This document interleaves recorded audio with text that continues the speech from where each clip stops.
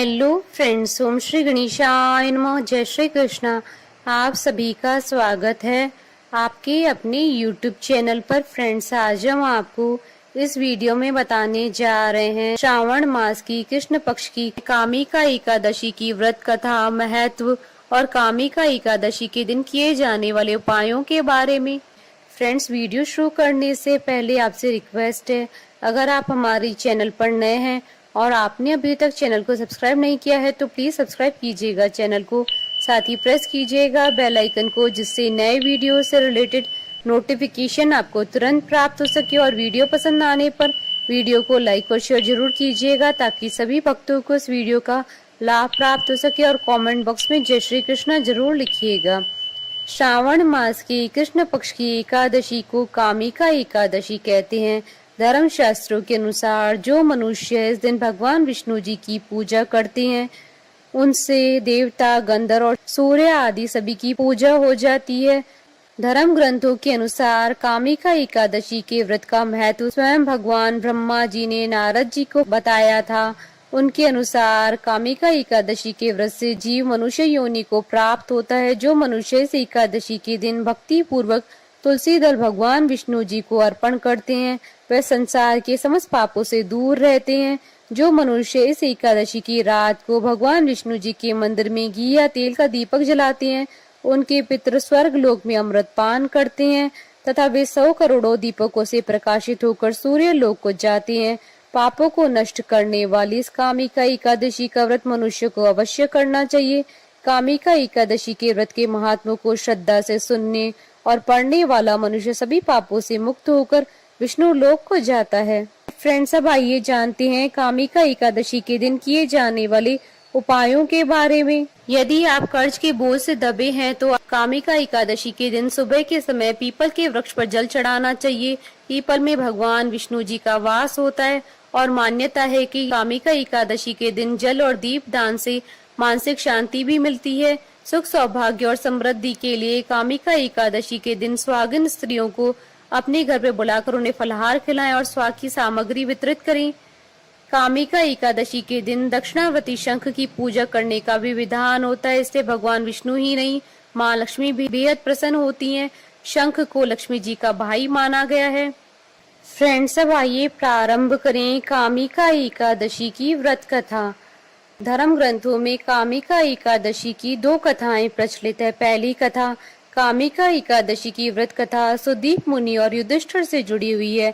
जब युधिष्ठिर मुनि से पूछते हैं, महामुनि, समस्त महापापों का नाश करने वाली, मनोइच्छा पूरी करने वाली, पुत्र प्राप्ति की कामना को पूरी करने वाली कामिका एकादशी की व्रत कथा क्या है? तब सुदीप मुनि इस कथा का प्रसंग इस प्रकार बताते हैं। हे धर्मराज, मनुष्य को जो सुख, पुण्य, संतान प्राप्ति, मोक्ष, पापों से छुटकारा, जीवन भर दान पुण्य करने से मिलता है, उतना ही पुण्य और सुख, ऐश्वर्य कामिका एकादशी का व्रत धारण करने और पूर्ण विधि विधान और ब्राह्मणों को भोजन कराकर उन्हें दक्षिणा देने से प्राप्त होता है। आगे सुनो।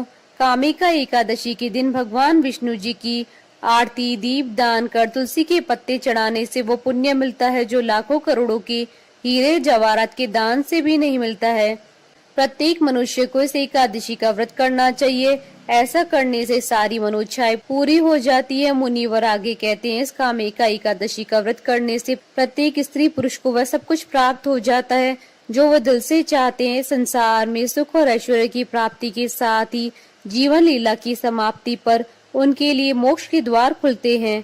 हे वत्स, इसलिए इस एकादशी को कामिका या पवित्र एकादशी कहा जाता है, क्योंकि यह बड़े बड़े पापों से मुक्ति देने वाली, संतान सुख की प्राप्ति देने वाली और मृत्यु के बाद मोक्ष की राह बताने वाली है। दूसरी कथा। कुंती पुत्र धर्मराज युधिष्ठिर से कहने लगे, हे भगवान, अब आप कृपा करके मुझे श्रावण कृष्ण पक्ष की एकादशी के बारे में बताइए। श्रावण कृष्ण एकादशी का क्या नाम है, सो बताइए। श्री कृष्ण कहने लगे कि हे युधिष्ठिर, इस एकादशी की कथा एक समय ब्रह्मा जी ने देवर्षि नारद से कही थी, वही मैं तुमसे कहता हूँ। नारद जी ने ब्रह्मा जी से पूछा था कि हे पितामह, श्रावण मास की कृष्ण पक्ष की एकादशी की कथा सुनने की मेरी इच्छा है। उसका क्या नाम है, क्या विधि है, उसका महात्म्य क्या है, सो कृपा करके कहिए। नारद जी के वचन सुनकर ब्रह्मा जी ने कहा, हे नारद, लोकों के हित के लिए तुमने बहुत सुंदर प्रश्न किया है। श्रावण मास की कृष्ण पक्ष की एकादशी का नाम कामिका है। उसके सुनने मात्र से वाजपेयी यज्ञ का फल मिलता है। इस दिन शंख चक्र गदाधारी विष्णु भगवान का पूजन होता है, जिनके नाम श्रीधर, हरि, विष्णु, माधव और मधुसूदन है। उनकी पूजा करने से जो फल प्राप्त होता है, जो फल काशी, गंगा, नेमिशरण और पुष्कर स्नान से मिलता है, वह विष्णु भगवान की पूजन से मिलता है। जो फल सूर्य व चंद्र ग्रहण पर कुरुक्षेत्र और काशी में स्नान करने से, समुद्र, वन सहित पृथ्वी दान करने से, सिंह राशि के बृहस्पति में, गोदावरी और गंडकी नदी में स्नान करने से प्राप्त होता है, वह भगवान विष्णु जी के पूजन से मिलता है। जो मनुष्य श्रावण में भगवान का पूजन करते हैं, उनसे देवता, गंधर्व और सूर्य आदि सब पूजित होते हैं। अतः पापों से डरने वाले मनुष्य को कामिका एकादशी का व्रत और विष्णु भगवान का पूजन अवश्य में करना चाहिए। पाप रूपी कीचड़ में फंसे हुए और संसार रूपी समुद्र में डूबे हुए मनुष्य के लिए इस एकादशी का व्रत और भगवान विष्णु जी का पूजन अत्यंत आवश्यक है। इससे बढ़कर पापों के नाश का कोई उपाय नहीं है। हे नारद, स्वयं भगवान ने यही कहा है कि कामिका व्रत से जीव को योनि को प्राप्त नहीं होता है।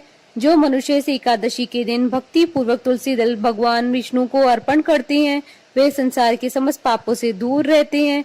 विष्णु भगवान रत्न, मोती, मणि तथा आभूषण आदि से इतने प्रसन्न नहीं होते जितने तुलसी दल पूजन का फल 4 बार चांदी और 1 बार स्वर्ण दान के बराबर होता है। नारद, मैं स्वयं भगवान की अति प्रिय तुलसी को सदैव नमस्कार करता हूँ। तुलसी के पौधे को सींचने से मनुष्य की सभी यातनाएं नष्ट हो जाती है, दर्शन मात्र से सब पाप नष्ट हो जाते हैं और स्पर्श मात्र से मनुष्य पवित्र हो जाता है।